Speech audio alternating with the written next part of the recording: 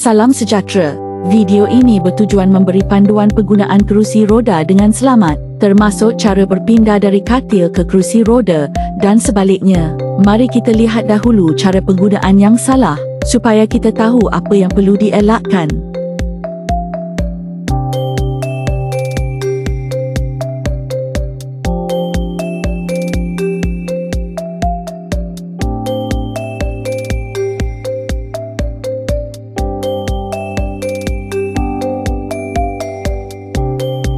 Sebelum menggunakan, pastikan brake dikunci dan tempat letak kaki diturunkan. Duduk dan letakkan kaki anda dengan selesa di atas tempat letak kaki.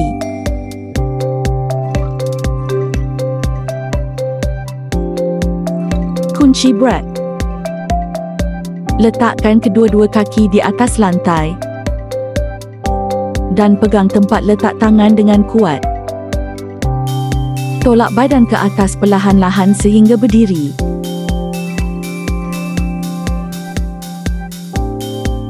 Letakkan kerusi roda dekat dengan anda dan pastikan brake dikunci.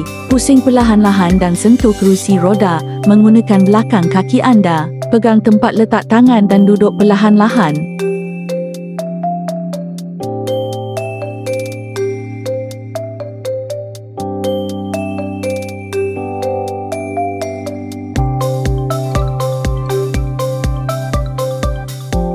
Kunci brake dan angkatkan tempat letak kaki.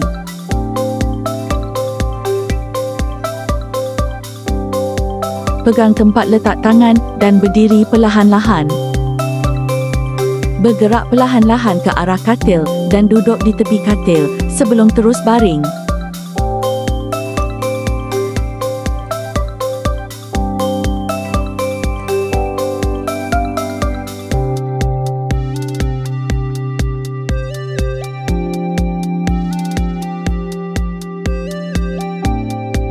Letakkan kerusi roda rapat pada sebelah kaki yang lebih kuat dan kunci brake.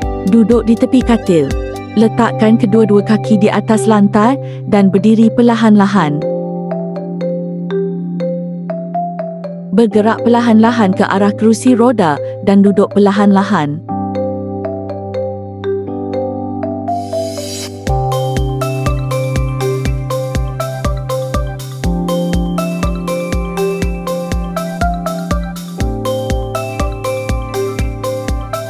Sentiasa ingat utamakan keselamatan.